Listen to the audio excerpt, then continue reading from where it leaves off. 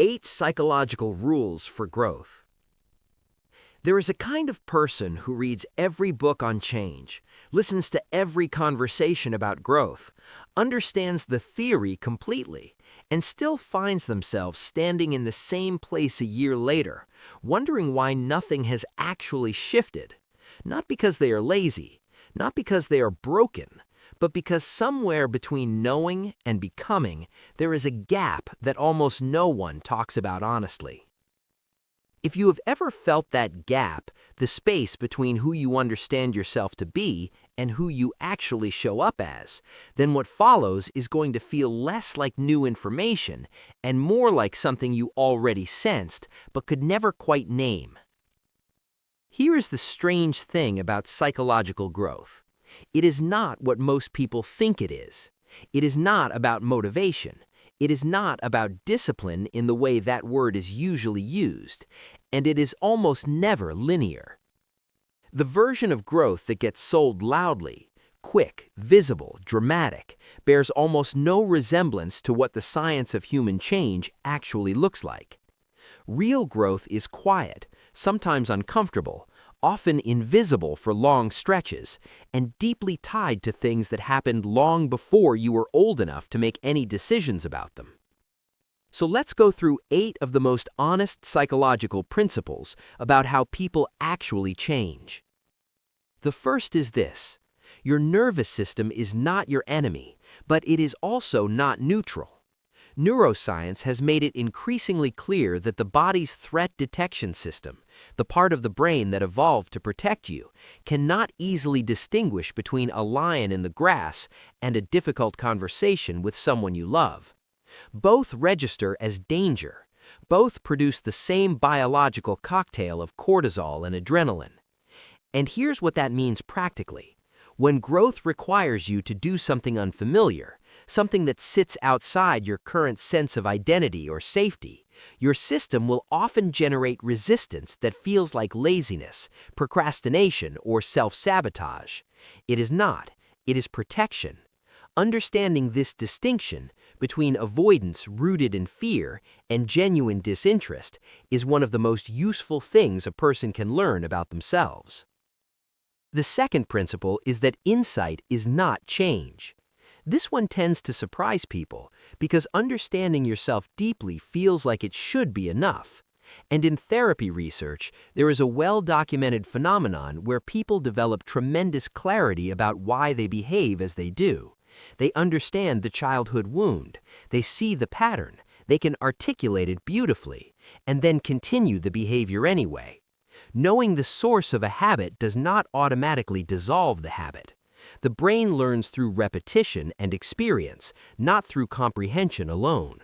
Growth requires not just understanding, but repeated embodied practice in real conditions. The third is that discomfort is not a signal to stop. Most people treat emotional discomfort as feedback that something is going wrong, and sometimes it is, but more often, in the context of genuine growth, discomfort is simply what it feels like to be in unfamiliar territory. Psychologist Mihaly Csikszentmihalyi spent decades studying optimal human experience, and what he found consistently was that people feel most alive, most engaged, and most themselves when they are operating at the edge of their current capacity.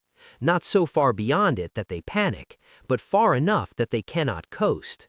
The feeling of being slightly out of your depth is not a warning. Often it is a sign you're exactly where growth happens. The fourth principle concerns identity more than behavior.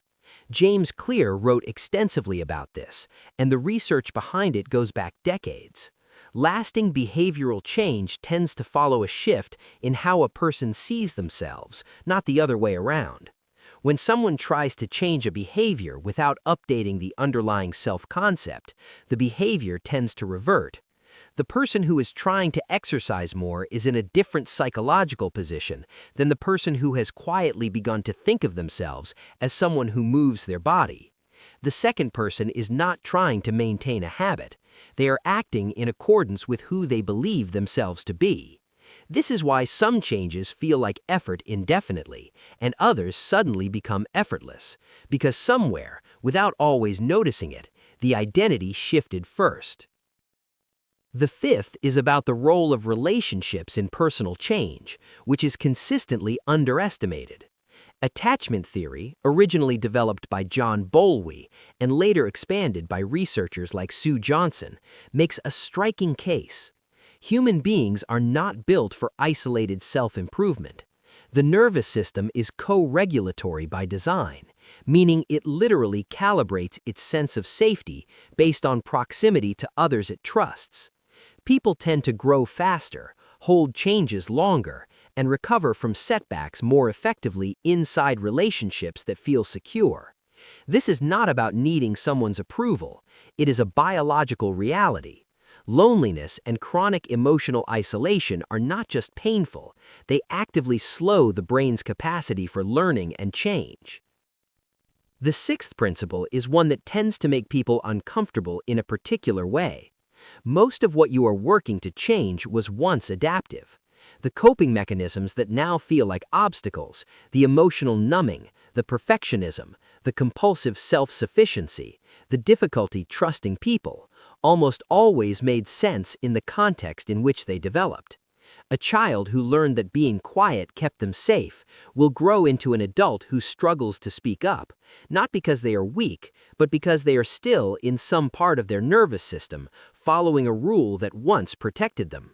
Recognizing this does not excuse every behavior or remove the responsibility to change, but it reframes the work. You are not dismantling failures, you are gently retiring strategies that no longer serve the life you are now living. The seventh principle is about the relationship between self-compassion and growth, because this is one of the most counterintuitive findings in the field. Many people believe that being hard on themselves, maintaining a kind of internal pressure and critical self-monitoring, is what drives them to improve. Research by Kristen Neff and others has found nearly the opposite. Self-criticism activates the same threat response discussed earlier, flooding the system with stress hormones that actually impair learning, narrow thinking, and reduce the capacity for creative problem solving. Self-compassion, treating yourself with the same basic decency you would offer someone you care about, tends to produce greater resilience, more consistent effort over time, and a higher tolerance for the kind of honest self-reflection that real growth requires. Harshness does not produce better outcomes, it produces exhaustion and avoidance. The eighth principle is perhaps the quietest, and in some ways the most important. Growth is rarely about becoming someone new. The deepest, most durable form of psychological development tends to look less like construction and more like excavation. What people describe at the other side of meaningful change is that they didn't become someone different, it's that they became more fully themselves. They shed the adaptations, the performances, the accumulated protective layers, and what was underneath was turned out to be someone they recognized, someone they had always, on some level, already known. This is what Carl Jung was pointing at when he wrote about individuation, not the creation of a new self, but the progressive integration of the self that was always there, waiting beneath the noise of survival.